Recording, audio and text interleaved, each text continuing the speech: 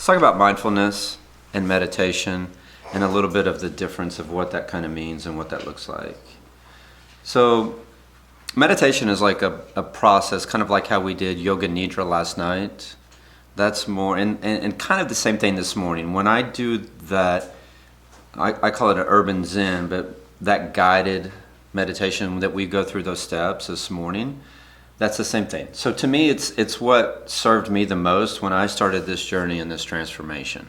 So I'm really giving you what helped me through my recovery process. And I know if it's helped me, then it's helped so many other guys before, then it works, right? So mindfulness is just being present and being in the moment, right? That is more of being aware of what's going on. So I want to make sure I don't miss anything, but I probably won't. So I don't have it in my notes right here. But so the first thing with your mindfulness is your breath. And we talked about that, through yoga. So it's a slow, methodical breath. So either you can think of oceanic waves, or my best analogy is a sinusoidal wave. If you know what that means, where it goes up, it kind of stops, comes down, stops, and goes back up. So your breath is exactly like that. So the restriction in your throat, you ever see like those big fat kind of jumbo straws, and you go somewhere and you suck and like everything's gone really fast, and then all of a sudden they have these little bitty dinky straws and you're sucking really hard and it's taking you a lot longer to get whatever substance you're drinking up. So you want your throat to be relaxed, but you don't want to suck in a bunch of air really quick, and you don't want it to be really, really slow either. You want it to be this kind of in-between state to where you're breathing in enough air to fill your belly. And it just takes practice, right? I know I kind of used an analogy last night about professional athletes. Like, this is something that may take you months. I did mindfulness and meditation every day for like 4 to 6 months before I even stepped into a yoga studio. So I'd been practicing this type of breathing that, we're talking about the oceanic breath. I've been practicing that for 4 to 6 months before I even walked into a yoga studio. I'll give you a really good analogy of that is a couple of years ago, I sold 2 properties. I do this every so many years. I sell something and then I just take off a whole year and I don't work, I don't do anything. So around like 2001 or 2, I sold some property here in Kansas City and some down in, which I regret, down by Destin, Florida. Wish I would have kept on to that. But I took off a whole year. And I moved to Oklahoma and built a brand new house. And all my friends were playing golf. Like all of them. All these guys in Oklahoma, they're either golfing, fishing, or drinking. Right? That's it. That's their weekend. And I'm like, well, I'm not really into fishing or drinking, but I'll try golf. So I called around and I asked a few guys, I'm like, hey, who do you recommend as a golf pro? And there was a guy there in Edmond, Oklahoma. So called the dude up and I'm like, hey, I need lessons. I'm like, what's your availability? He's like, what's your availability? I'm like, I don't care, whenever, man. You just tell me when. So he tells me when, and we set up like a reoccurring thing like every week or whatever. And so the first time I walked in there like this. And he's like, what's up, man? I'm like, not much, man. What's up with you? And he's looking at me kind of like this guy's looking at me right here like, you're kind of different, man, aren't you? And I'm like, And I was like, so ready to get started? And he's like, yeah. And I was like, he goes, well, where's your clubs? I'm like, oh, I don't own any clubs. He looks at me, he's like, he's like, well, did you bring your shoes? I'm like, no, I don't have any shoes either, man. I have nothing. And he starts laughing. And then he realizes I'm serious, right? And he's like, you're serious? He's like, you're the smartest motherfucker I've ever had to coach, man, because you know nothing. You don't know a damn thing, right? And so it was perfect because I went out and he taught me everything right. I didn't have to relearn something, right? And so it was awesome. We videotaped, and then I went and played golf a few times, and I realized I hated it. Right? I was like, man, I'm hitting this dumb little ball way out here with my buddies, and we're driving this. And it's hot. You're from Oklahoma, right? It's fucking hot, right? Like, in the summer, you're miserable. I mean, it's not fun, right? And I'm like, this is not the sport for me. This is not what I want to do. I'm not enjoying this journey. So that's kind of good for a lot of you guys that have never done mindfulness or meditation or breath work, because you don't have to relearn something. You just have to kind of retrain the way that you're breathing right now, right? So we talked about box breathing, how that's like you're going to inhale for a certain amount of time, you're going to hold it, and then exhale for a certain amount of time, inhale. And eventually what's going to happen is you want to count those breaths. So you want to start when you're doing your meditative work is counting the inhales, pausing, counting. And that's how, kind of like I talked about yesterday, like a mantra or a phrase. It's completely okay when you start your meditation that you're saying just, okay, 1, 2, 3, 4. 1, 2, holding, then exhale, 4, 3, 2, 1.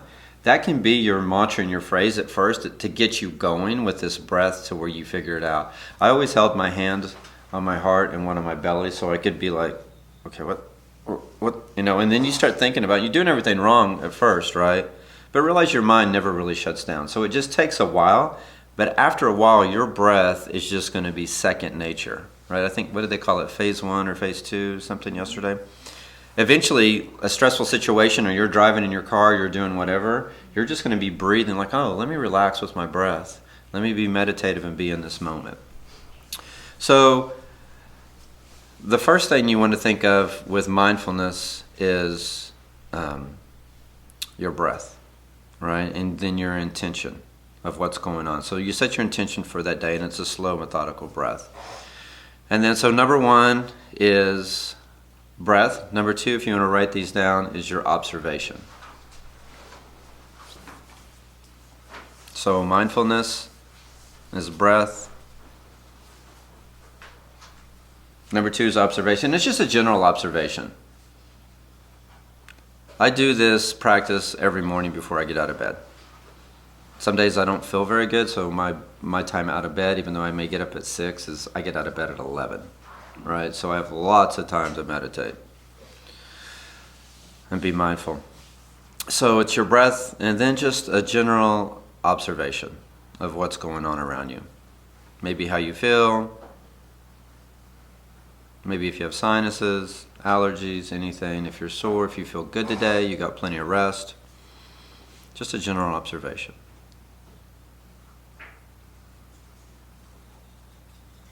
And then we go into awareness. And this is what I talked about this morning in the yoga practice. So there's categories and subcategories. So let's start off with sight. It's usually kind of the first thing. You wake up and you look around, right? So if you look outside, you can kind of see there's butterflies and there's birds. And last night we saw deer. Right, and I see some dragonflies, and then the sky's really blue today. It's really clear, and the trees are still green. The grass is still green. It's starting to fade into winter, so we've got some yellow tones in there. Out in Colorado, we have like golden and red and all the other different things. So it's a time of the year for that. So you just see the earth different, but you also want to see those people in your community different, right? We've talked a lot about forgiveness and acceptance and understanding those people in our life. Right, and those people, and it's crazy. And I don't understand this, but you could be in a relationship with somebody and just love them so intently, and then all of a sudden things don't go out, and they hate you so intently, and everything they do instead of loving you is to despise you, to make your life miserable. And I see this all the time in divorces with kids and things like that. And you're like, how did we get here? How did it that we went from loving and accepting each other so much to despising and hating each other so much, right? So you've got to figure out a way to where you find forgiveness, you find love, and you start seeing your community completely, totally different. You see yourself different. So nature, you see it more mindful. Yourself, you see more mindful in, your community, your family, your friends, and all those people. And I'm not saying you're going to forget things that occurred, but it's possible to forgive people. So awareness of what you see, and then awareness of what you hear. So you can hear the birds, maybe some crickets, you can hear the wind blowing, things in nature that are naturally occurring, right? And so you hear things a little bit more mindful. You pay attention to those things that maybe you normally just avoid.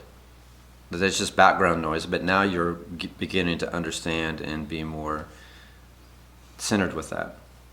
And then we go internally of what you tell yourself. So that's why it starts off with your intention in the morning. You set your intention for today, whether today was really about vulnerability, about being raw, about being authentic, about being genuine, about allowing yourself to feel emotions, to know that it's okay to cry, right? It's completely okay to be that way. So sight, what you hear, and the next one is feelings. The awareness of your feelings. So it's easy to start externally, how the pen is in your hand, the pressure of that pen on your fingers. You guys have your legs crossed, or some people have their foot on their ankle or knee on their ankle, however it is. That different pressure, the pressure of the chair, of the floor, clothing of your skin, any jewelry, watches, rings, bracelets, all those things. Things that we normally just don't even pay attention to. Become more aware of those things, of the feelings that are external, the temperature of the room, all those things that I bring up. But more importantly, begin to dive down into the feelings that you're having internally, and why are you having these feelings? Whether they're positive or negative. So if it's guilt or shame, regret, doubt, fear, any of those negative things, just be aware of what's going on, right? And then you want to think about your intention. So your intention is going to be something positive. So if it's gratitude, you're just going to be thankful today of the people that are around you. You're going to be thankful that you get up. Like so many of you guys, I get up, how are you doing today? I'm breathing. I'm like, see, it's positive, right? I mean, you're up, you're breathing, right? There's an alternative to that. That's the opposite, right? So find something positive, in your life to be thankful and be grateful for, and allow yourself that opportunity, right? So how you see yourself inside, how you feel inside, and what you hear inside. Those are the vital keys. It's also external, but it's also internal. All right? So we've got our breath, we've got just a general observation, then we have dive deep into the awareness, right? And so you're just going to follow those patterns kind of over and over throughout the day. So I'm going to give you some analogies. Most guys just, depending on if you work or what your schedule is, but you're going to get up, you're going to take a leak, and you're going to go take a shower, right? So when you hop in the shower, generally what you're thinking of is all the things that you have to do today, all the things that you have to accomplish, right? I've got to do this at work, I've got to check my email, I've got to get my lunch, I've got to do my dinner, I've got to da-da-da-da-da-da-da. You got a whole grocery list, right? Your mind's just going a fucking zillion miles an hour. So being mindful in the shower would be like, okay, I'm just going to think about this moment. I've got my towel here. I'm going to hop in the shower. I'm going to feel the water temperature. Is it warm? Is it cool? Whatever your preference is. And I'm going to feel the contrast from normally like a tile or vinyl floor to getting into that shower. And then I'm going to feel that, and I'm going to start smelling it. And then as I lather my skin, I'm thankful and I'm gratitude for whatever this body, this shell is that's holding everything, right? So you're more in the moment of smelling and enjoying that moment. You're not thinking of all the things that you have to accomplish for that day, right? And then you turn off the water and you wipe off with a towel, and you're like, I'm more present, I'm more connected with just this moment.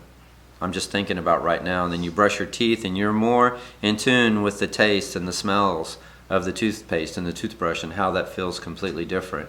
And then you get in your car to go wherever you're going, and you turn the key, and you're thankful for all those different electronics and all those components, right? Because in the old days, when I was driving a car, it was like a carburetor and like a distributor or something. Like it was simple, right? Nowadays, there's all these other electronic things. So there's a lot that goes on just to get that car started and going. And you drive down the road. Where's my road rage guy that hates the drivers? Yeah. You drive, you drive down the road, and I'm speaking from experience, man. Drive down the road and you start just observing things about your car, and you find gratitude. And then you look out the window and you see the trees, and you begin to observe things differently on your journey. Maybe flowers or leaves, or how the earth is changing. Right now it's fall, right? So we have all these different colors. So you become aware of what you see, right? And then you become aware of what you hear, smell, taste, and then what you begin to feel. So as you're full of gratitude at this moment, as you're living in this moment, and you're not focusing on that journey or where you're going, you're in this moment. And so when the asshole pulls over in front of you, right? You hit him because you're too busy paying attention. You almost said him, you're like, hey, love you, brother. Thank you so much, man. Have a great day. Hopefully you get to your destination quicker, right? Yeah, and so you're in that moment. You're not thinking about all those other things, concerns and worries, because they will be there when you get to work, right? They're going to be there no matter what. Because I forget the statistics, but I want to say about 90% of the things that we worry about never even come to fruition. And you think about that in your life, if you're worried about finances or your relationship or blah, blah, blah, the list goes on. And then you're like, why the hell did I waste my time worrying about something that never even came true? So those are examples of being mindful, of being in the moment and just enjoying where you're at, but just observing. Like right now, if there's a certain part of your body, like I see this guy over here kind of moving the pillow around, he's trying to get comfortable. There's certain parts of his body that are sore, that are achy, that are tight and tender. So what he's trying to do is get as comfortable as possible, right? And that's what we should be doing. How is it that we can be as comfortable, be raw, authentic with ourselves and others? How is it that we can take the time to breathe nice and slow and deep? So that's the concept of mindfulness. And you talk about karma. So I did contract work for the USDA, and one lady, we have these team meetings and stuff, and this lady came in and she was so excited. She's like over the top, and I was like, what is wrong with this lady? And she's like, man, I'm just excited to be here. I'm like, well, I'm excited you're here too. Congratulations, you got a job, contractor. She's like, well, I really fucked up on my last job. It's like, really? She goes, yeah, I got fired the first day. I was like, what? She goes, yeah, I was running late to work, and I'm pulling in, and I flip this guy off, and I get in the parking lot, and I get in, and I walk in there, like, oh, you get to meet so-and-so, and I got in, and she goes, it was my boss. And he's like, oh, you're not going to make it here. You can just go home now. And it made me realize, wow, you never know like who you're going to piss off or flip off or what you're going to do, right? It's a funny story. So she was like, I learned my lesson. I'm never doing that again. I'm going to be calm. I'm going to take my time. And if I have to be, 5 or 10 seconds late, right, then I won't flip anybody off on the way to work. So does anybody have questions about mindfulness and what that kind of means or looks like in their life? Is mindfulness a constant, ongoing thing, or is it just to set the next stage of what you're trying to accomplish? So mindfulness is going to be a constant, ongoing thing, depending on your day, right, of what you've got going on. So that falls into your intention, and that can change throughout the day. Like, say maybe today you woke up and you're like, I just want to find acceptance. But then later on throughout the day, you're like, I need to find love because all the stress that's gone on. Or maybe you feel sick. And then you're like, okay, I need to have some healing energy. So it's going to allow you to focus on different parts mentally and physically of what's going on in your body at that time. That's basically what it is. And so if you're sore and achy at this time physically, okay, well then I need to figure out how I can do to be in this moment and be mindful with it, right? Because I talked about yesterday, you don't want to avoid your pain. You don't want to avoid all that. You want to become in tune with that, right? So it's always changing, but once you get your breath down, it'll extend out even longer. The thing is, you don't want your breath really short. You want it to be as long as possible, but you don't want it to be like so restrictive that it causes anxiety, that you're holding, like it's not a competition on holding your breath, right? But the longer you can do this, the more relaxed it's going to be. Does that kind of answer your question? Yeah. Any other questions on that? Comments? Nothing? Okay, meditation. So there's a difference between meditation and mindfulness. Meditation is a practice. So like last night we did a yoga nidra. It's a guided meditation. This morning within my yoga, I gave you a guided meditation.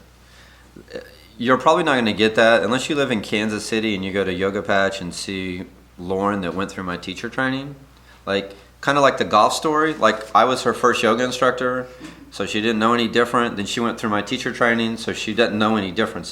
That's all she knows, right? So I teach yoga just how I would want to have yoga, When I want to come into a class, that's how I instruct my yoga instructors, right? So if you live in Kansas City and you go to Yoga Patch, Lauren, on Wednesday, you should see her on Thursday. She should come and introduce. So if you guys live here and you want to connect with her and find out more about her journey, you can talk to her. But that's a practice. So meditation, to me, looks different now than when I first started. When I first started, had to focus a lot harder. So what I would do is I would get up in the morning, and Lake Tahoe is one of my favorite places on this earth. I absolutely love Tahoe. And so you can already tell from the first day that I love taking photos too. So I've got a lot of really cool photos of Lake Tahoe. And so I have one that's really big and it's up on my wall. And so I would sit on the couch, like on the side. So like where your arm is, I would put that underneath my knees. And I'd have blankets underneath me. And then I'd have a big blanket behind me, right? And a blanket underneath my head and pillows. So I'd all kind of like a big comfy chair. And I have essential oils, like a diffuser going, right? So some of you guys got diffusers. And then I would have incense going, and I turn the temperature up high because I like it warm. I want to be nice and relaxed. And then I play some like cool Moby or some kind of music like that. So I'm setting this like romantic atmosphere for me to be relaxed, right? And so music's up just a little bit loud because I don't want to hear anything else that's going on outside. And then I'd sit there and I'd try to figure out like, how am I going to breathe, right? And that's when I started doing the counting. So I'd sit there, and at first I'd have my eyes fixated on that image of Lake Tahoe. And then once, I want to say it took me weeks to finally get to my breath to where it was really good and really like second nature. But I would just sit there and count. Okay, that's the first thing I would do is just count. I get my breath down. Once my breath is down, then okay, my intention for today is what? Or I would tell myself, I am loved, I am accepted, I am a hero, right? I'm no longer a victim. Whatever it is, I would tell myself those phrases and those mantras. And then I would close my eyes and I would just imagine Lake Tahoe. And then if things come up, I would just look at that image, right? Because when you start meditating and you start doing this process, it's like your mind never really shuts down. That's completely normal that you're going to be thinking about things in the past and the future and all this other stuff. So what I would do is I would wake up and look at Tahoe and do that as long as I could and be like, okay. Because that's why I asked you yesterday, some of the favorite places you've ever visited in nature in your life, because that's one of the things that help you feel free, feel accepted, feel grounded, right? You don't feel like you have to be thinking about work or school or relationships and all that. You can just let all that go and just be. So it's very important that you find that place for you and you image that and put that in your head. Sometimes it's the beach. Some people just love the beach and they just want to go sit on the beach and lay in the sand and listen to the ocean waves. That's completely okay too. You know, each of us, it may be something different. So find what that is for you, that place that you can tie those emotions to. What I always realized about Lake Tahoe was the day before I left, I realized how much I was going to miss it. Like Lake Tahoe is one of those places just draws you outside. You want to be outside. The sights, the smells, and all the activities of just nature, you want to be there, right? And that's what I realized, like that's what I'm missing, right? That's why I don't want to leave this place, is because when I go back to Kansas City, it doesn't draw me outside to the same level as Lake Tahoe does. It's just really magical. So for everybody, it could be different. It could be Sedona, it could be some mountain, it could be wherever, right? So start thinking about that image, and then you want to find all those tools that are going to help you relax, whether it's essential oils or diffusers, incense, the temperature of the room. And you just want to find a very comfortable place. Maybe it's a hammock. You can go outside in nature and be in a hammock or a chair. It doesn't matter, right? And so the threshold for meditation is 20 minutes. After you've been able to breathe and relax and focus internally for 20 minutes, then you've changed your threshold.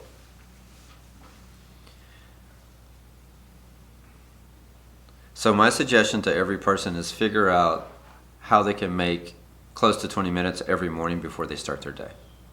Skip the shower. Yeah. Brush your teeth later.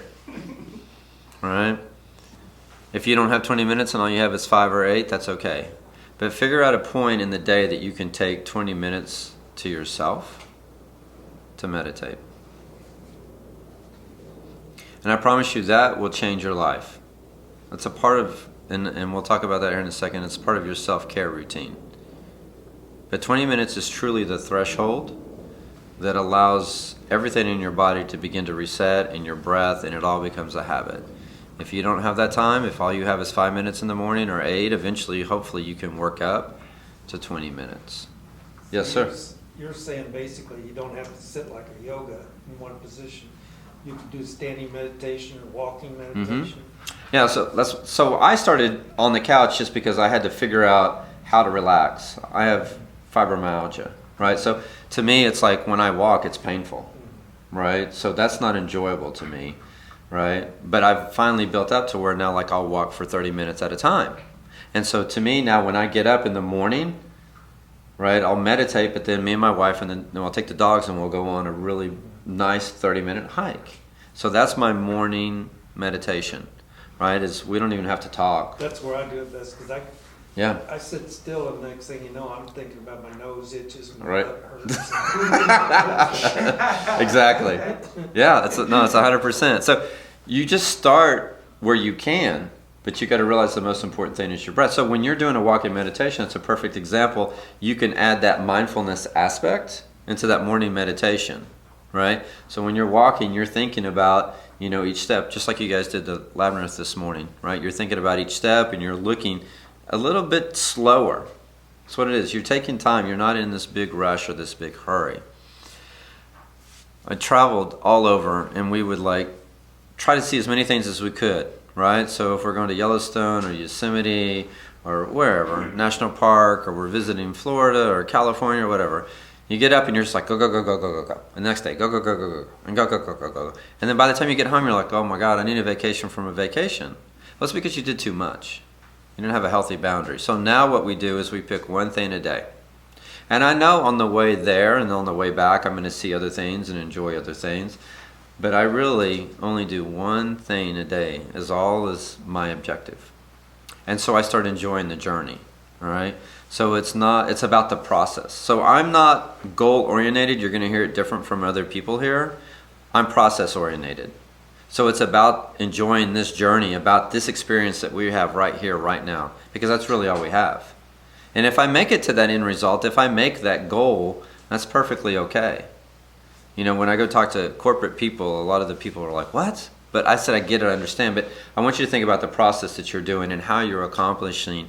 And I call them more visions or dreams. You can call them goals if you want. Whatever is going to get you to that end result. But I'm not goal-oriented. I'm not writing those goals on my fridge and putting them up there, right? I have visions, I have dreams, and what I do is enjoy the whole entire journey until I get to that point. And if I get to the point, it's great. But I'm going to enjoy a lot more there and a lot more back. And being mindful through that, when I get home from my vacation, I'm not worn out, I'm not tired because I didn't overextend myself. I had a healthy boundary through all of it.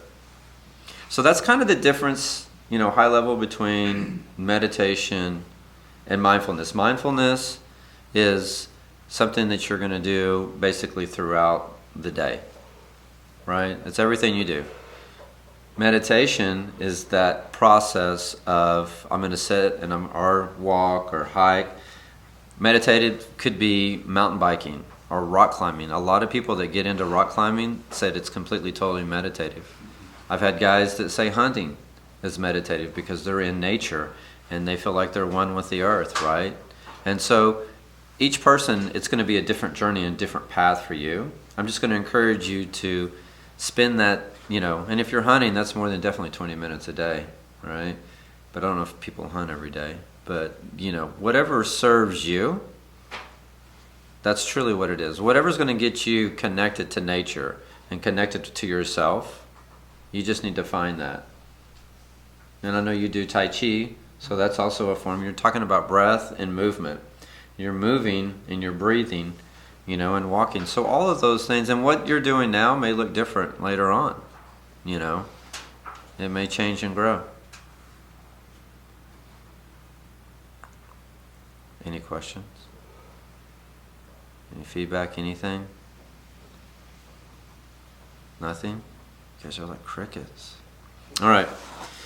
Let's talk about self-care a little bit, and then I'll go into some other topics. So, I want you to write this down in your journal. Self-care is never selfish. I always do like the equal and do the slash, but self-care is never selfish.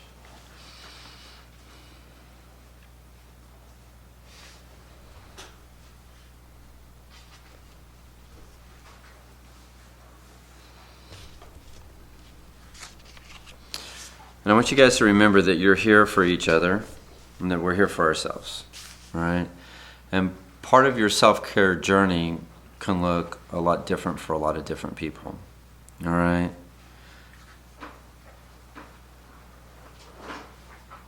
So the next thing I want you to write down in your journal and spend a couple of minutes here, not too many, not more than 5, but I want you to define self-care for you right now. What does self-care look like for you in your life? What does that mean? Sitting in this chair. That's right. Do you give an example? I mean, I can give you a lot, but what do you think it is? That's the question I want you to think. I want you to tell me. I want you to write it down today. What you think what does it mean to take care of yourself today? What do you do for yourself to take care of yourself today?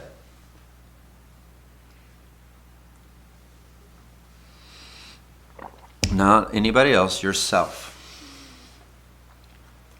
And it's not selfishness.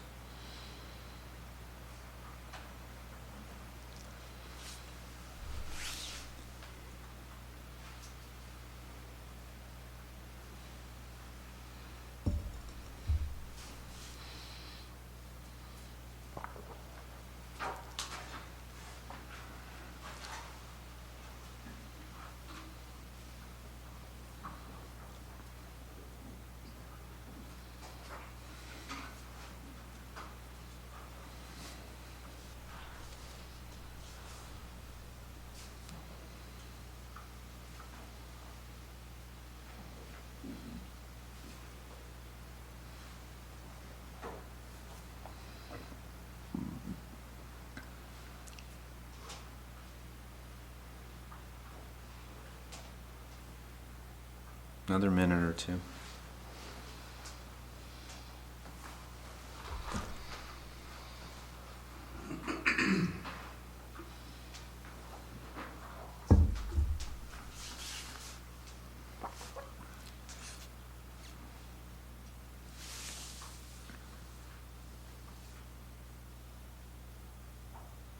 Gun range.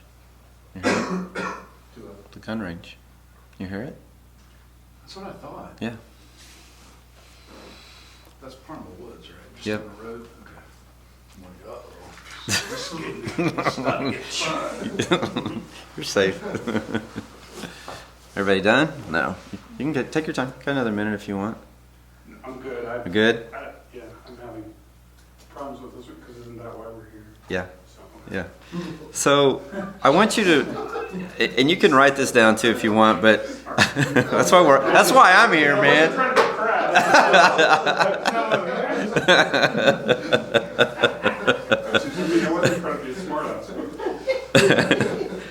No, you're just being real, man. That's it. You can write this if you want, but always make sure when you're choosing someone or something in your life, you're also choosing yourself.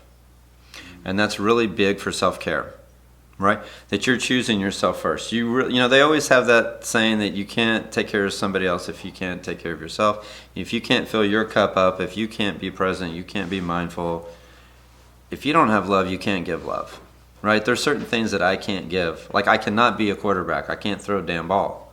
It's impossible. I could practice all I want. So there's certain things that I'm not capable of physically, but I can give a lot of love and a lot of acceptance because I love and accept myself for who I am, right? When there's conflict, and I told you this yesterday, if you get to that point and there's a disagreement or an argument, you just got to bring out the love and acceptance right then and there, right? You've got to choose that, right? You've got to choose to love and accept and honor and respect. It's very important that we respect ourselves, then we can respect others.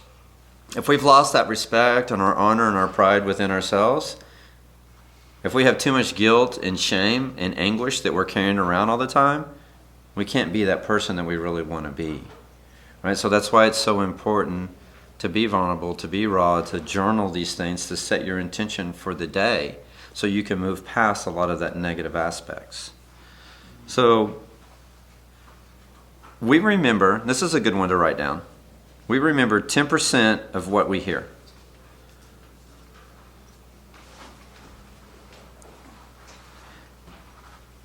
70% of what we write. But 90% of what we practice. So the more you practice, the more you train, retrain, the more of the time you spend doing these concepts, or giving yourself love, or giving yourself acceptance, you can give it to other people. And remember, we're all here because we said yes to all the things in our life. That every decision we made together collectively in our past brought us here today.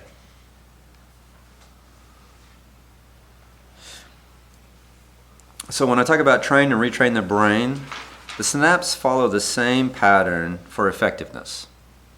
So I actually learned this in high school, and it really sunk in really deep because I subscribed to Psychology Today, but they had done a study, and they use example of like water takes the path of least resistance. Right? So that's how your brain thinks. So if you're in this mode of like being narcissistic, it's going to tend to be that way in your relationships.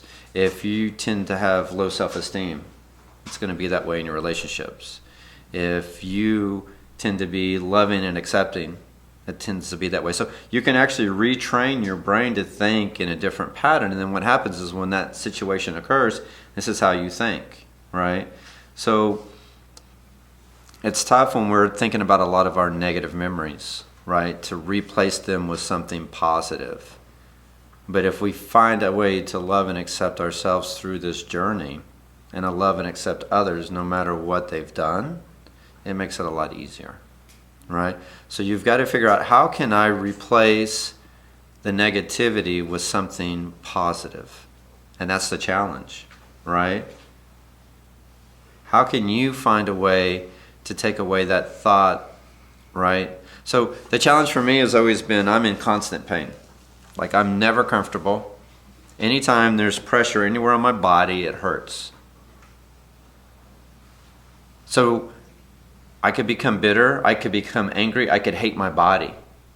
Why the fuck are you putting me through pain every breath, every heartbeat, every fucking day? Why is it that I can't sleep well? Why is it I have to sleep on my back and then I turn on my right side and then my stomach on the left side, and I'm rotating around all night long and I can't get comfortable? No matter what I'm doing, I'm in pain and I'm miserable. Why is it I can't have a day, just one day or even a few hours without pain? Why is it I have to have this agony that it's just hard for me to do anything in life? Why does it take so much fucking energy and effort for me to move, to get up, to get down, to do anything? I could be that person, right? When I was for years. But otherwise I could say, okay, how can I find acceptance and understand that, okay, my life is going to be full of pain. Physical pain is going to be part of my daily routine every single day. So either I could hate my body or I can love it. I make that choice. I make that choice, right? I made the choice to love who I am, even though it's painful. And it's inconvenient, and it takes a lot of energy and a lot of effort. You guys can do the same exact thing. You can make that choice starting today to love who you are and understand that I'm no longer going to avoid this pain. Okay, so this part is sore, so let me move this down. I've got to move over here. I've got to get comfortable. I've got to have this support. I've got to do these things. When I drive here, I get support. Darren came and drove with me, right? So I could have some time to relax. So you find those people in your life also that help support you, that love you, right? Your fellow brethren, somebody that holds you accountable for that. So you make all these choices, and you can have that choice right now today to start that path and to retrain your brain to think differently. Right? That it's not negative, that you're not hating your past, you're not hating who you are, you're not hating your future, but you truly begin to love and accept who you are. No matter your ailments, no matter what's occurred.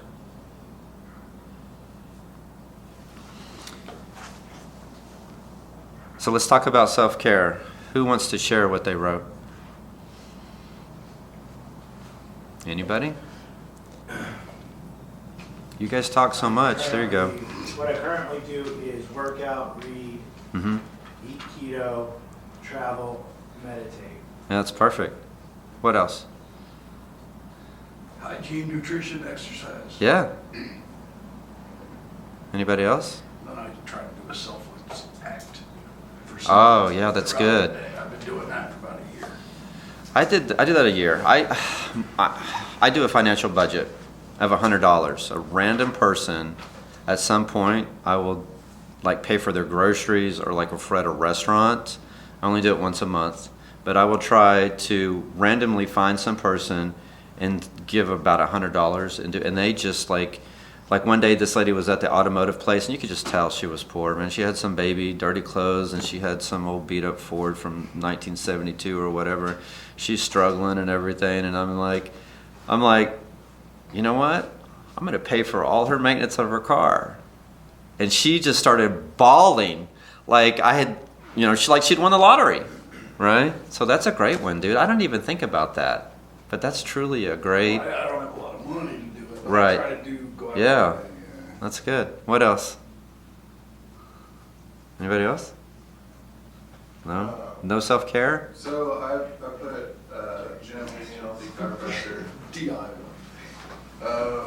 invest in my relationship, and then you said hygiene, it made me think. I have a really big issue with feet. I hate feet. And I walk around barefoot all the time? No, like my girlfriend does too. She doesn't like her feet being touched. I don't like my feet being touched. So I get a pedicure. Yeah. Because I have crow's feet, so like my toes do this. Gotcha. Like whatever, and it hurts a lot. Right. So like whenever someone like massages on them, and then like they take care of my toenails, so I don't have to bend all the way over. That's the only time I let people touch my feet. Right, It's so pedicure. relaxing. Especially if you go to a place where they serve champagne or beer. So. Oh yeah, that's a different incentive.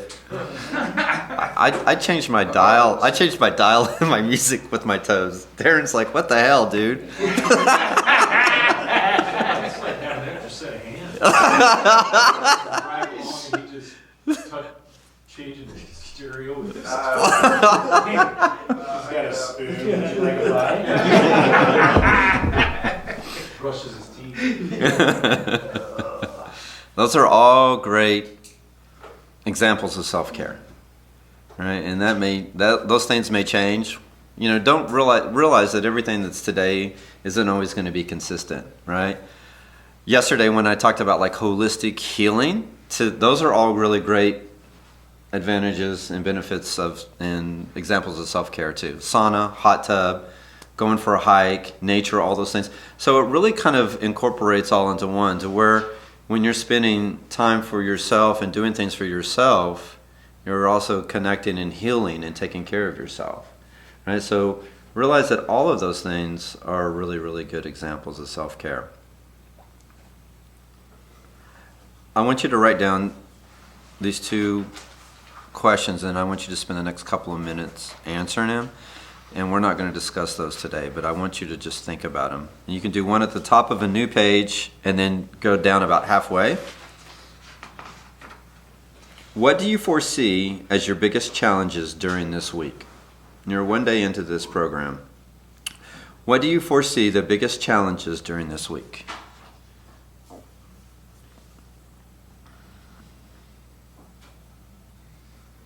And then the next question. What do you foresee as the biggest challenges after this week? Yeah. That's where the work starts. That's right. This week's easy. Yeah. What do you foresee as your biggest challenges after this week?